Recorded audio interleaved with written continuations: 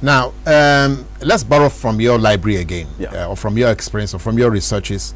Now, do you have anything to show, for instance, that can tickle the minds of our viewers? Anything about the history of Nigeria in your collection? How far back? What is the time span of this? Now we're going to talk about the museum. Okay. Now, I started a photo museum in October 2012. I was preparing for Nigerian centenary ahead of time.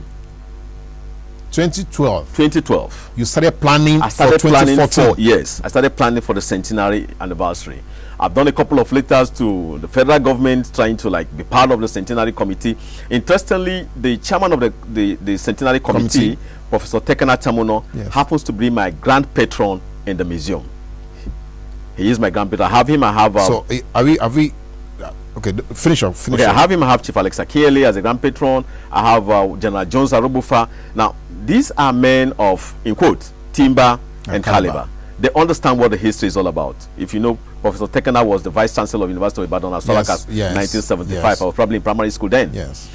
Now, when I came up with this idea to set up a photo museum, I spoke to my staff and we wait.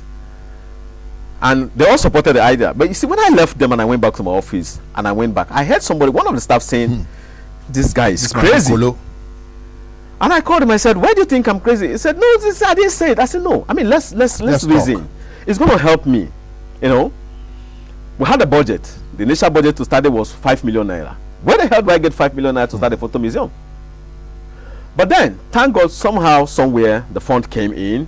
I didn't spend up to 5 million naira to start it, but I've spent Close to that now. Yeah, close to that now. Presently, we have about 10,000 photographs, 10,000 photos dating back to 1884, telling the story of Nigeria. Where did you get those pictures? No, I mean, now, my sources. These are not Googled pictures. My sources are wide and beyond.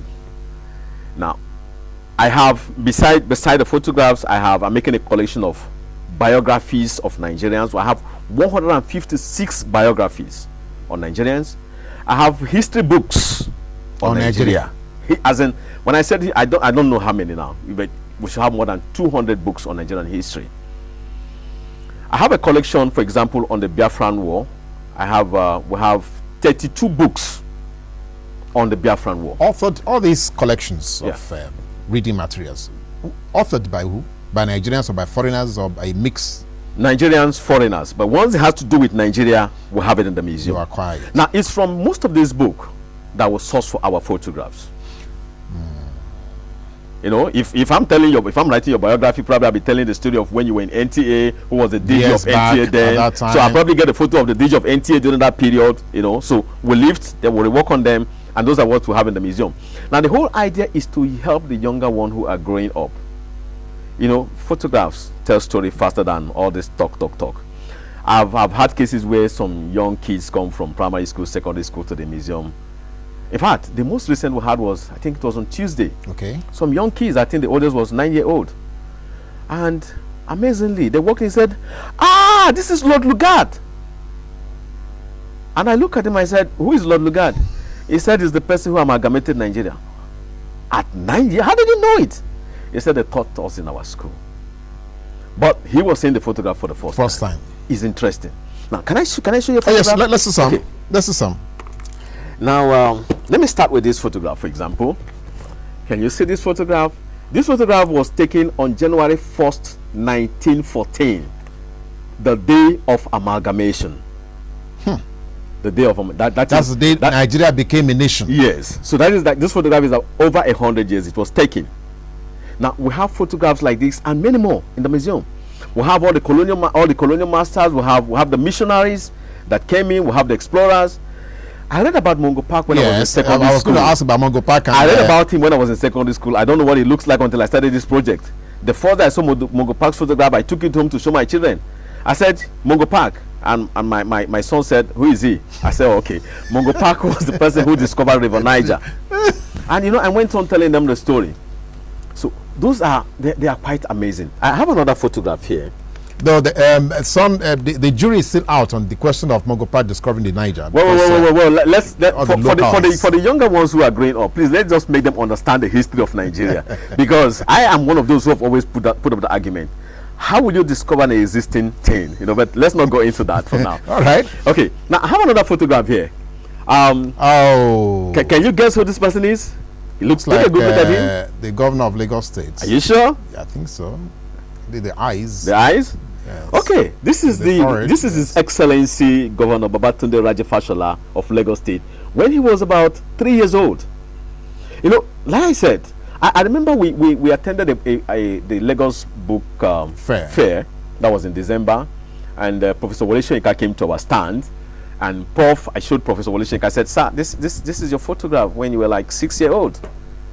It was like, "Oh my God, where did you get this photo from?" We have that of Ikemba Odumegwu when he was a young boy too. I think about age 8. We have Umaru Diko. Umaru Diko was in school, and so many other photographs like that.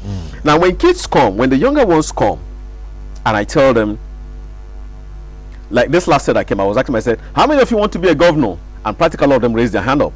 And I said, good, you can do it. Because you see this, he was like you. Then he grew up, he read his book, he studied, and I told him, if you don't read, you can't be a governor. We all started like at this age. So then we started studying. It became some kind of motivational tool. Exactly. That's what have been happening. So when they come and they see this great name they've seen, that they were once kids, they grew up to become what they are motivated. They want to make a change in the society too. Okay. Of course, the lead to this would be that, yes, for the children, it is, probably, novel, therefore exciting, it's something good. But how about the older generation? Do we have anybody come and say, for instance, for reasons of nostalgia, to come and see what you have there? There've been a lot of it. I had a guest who came in. He's a Nigerian, he's an American-based professor of history, but a Nigerian. He said he lectures history in Michigan University. His cousin, he came to Nigeria during the December Christmas holiday, and his cousin convinced him to visit us. And when he came, I welcomed him at the entrance. He was like, what is it that you have that they had to bring me down to this place with these terrible roads? And I said, I'm so sorry, sir. Then I took him into the place, and he went, wow, jeez, man. And the next question he asked me is, did you school at Harvard? I said, no, I schooled here in Nigeria.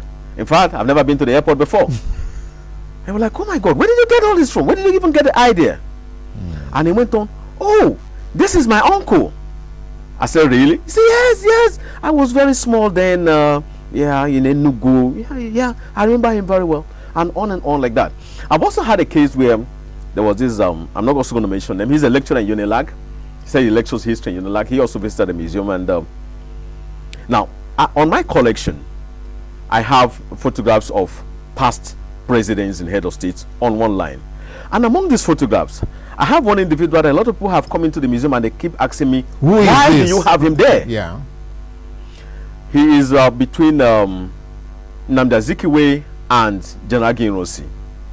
There I have Senator Nwafo Orizu. Yes. And people come and they said, he is not a president, why do you have them? I said, no.